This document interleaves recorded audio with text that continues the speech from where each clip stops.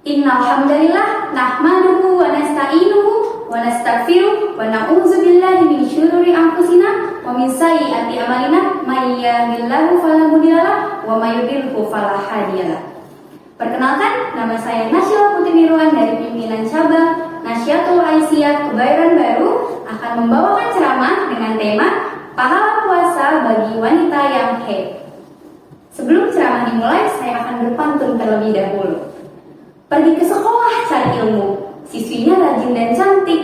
Ceramah ini penuh ilmu, mohon didengarkan dengan baik.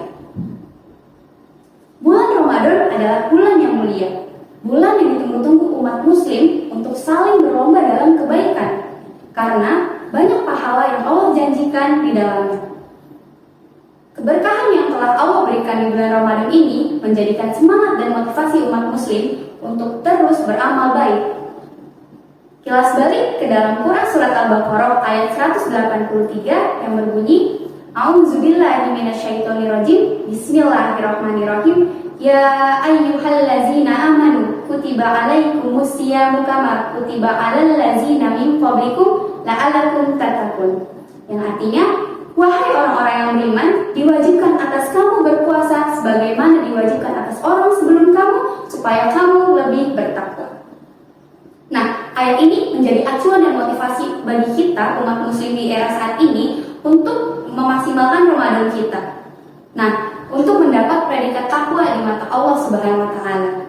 Siapa yang tidak tergiur dengan predikat tersebut? Predikat yang bisa menghantarkan kita ke surganya Allah taala. Kita kembali ke dalam Quran surat Al-An'am ayat 160.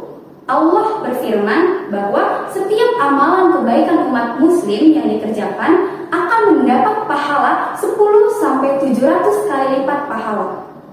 Nah, sangat menarik bukan? Nah, ayat ini berlaku untuk semua muslim laki-laki maupun perempuan. Namun, pertanyaannya, bagaimana dengan wanita yang haid?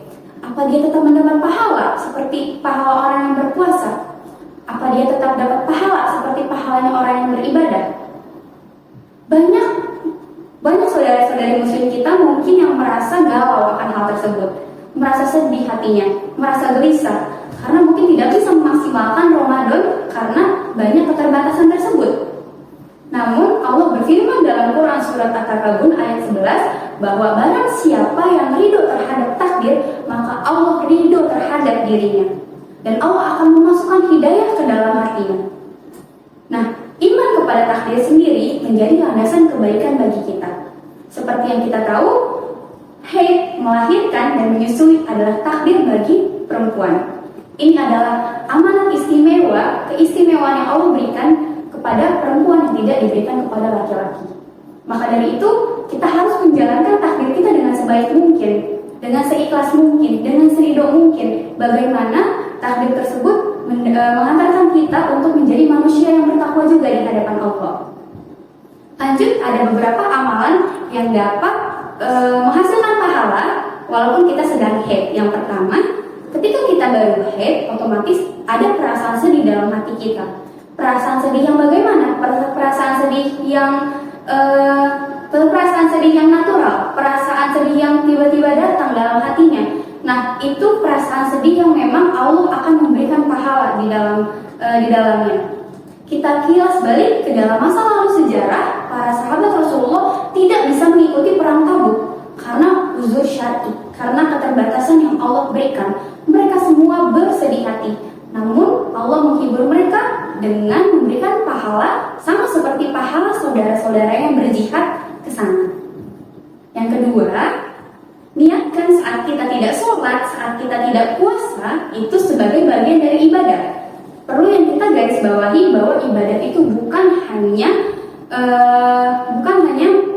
menjalankan perintah, namun menjauhi larangan. Nah, yang kita bahas di sini, kita sedang menjauhi larangan nih teman-teman. Larangan bagaimana?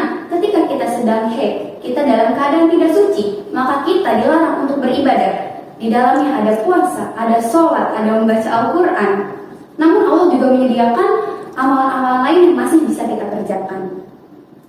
Selanjutnya, yang ketiga, kita bisa menyiapkan bukaan atau hidangan untuk orang yang berpuasa. Ini ada diriwayatkan dalam hadis riwayat Tirmizi bahwa Rasulullah SAW bersabda, barang siapa yang menyiapkan hidangan berbuka bagi orang yang berpuasa, niscaya pahalanya seperti orang yang berpuasa tanpa mengurangi pahala orang yang berpuasa tersebut.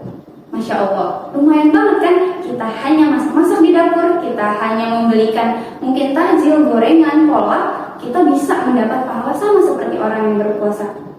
Yang keempat, sedekah, zikir, dan istighfar. Nah, hal ini mungkin ringan di lisan kita, namun berat di timbangan.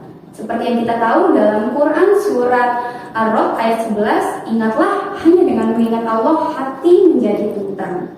Nah, mungkin bagi teman-teman yang merasa galau, gelisah, sedih ketika sedang haid atau datang bulan di bulan Ramadan, Allah janji ketika kita mengingatnya maka hati kita menjadi tenang.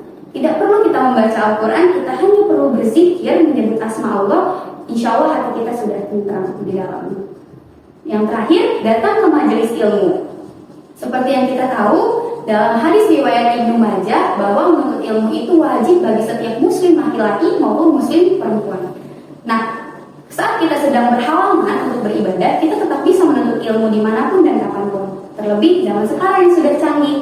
Nah, makanya Allah memberikan banyak sekali kemudahan kita untuk beribadah di era ini. Itu sudah patutnya kita syukuri dan kita jalani dengan sebaik mungkin, semaksimal mungkin, seoptimal mungkin yang diri kita bisa. Nah, banyak banget kan pintu-pintu kebaikan lain yang Allah telah bukakan untuk kita. Semoga kita tidak menjadi manusia yang berlemah-lemah, tidak menjadi manusia yang tidak semangat, namun menjadi manusia yang terus tetap mengejar ridho Allah untuk menjadi manusia yang bertakwa walaupun kita sedang dalam keterbatasan. Sebelum ditutup, saya ingin berpantun terlebih dahulu. Bunga mawar pertanda cinta kasih, di tangkainya banyak duri. Cukup sekian dan terima kasih. Nasyila cantik pamit undur diri. Terima kasih. Nun wal qalami wa masturun al biru manitako. Semoga ceramahnya bermanfaat. Wassalam.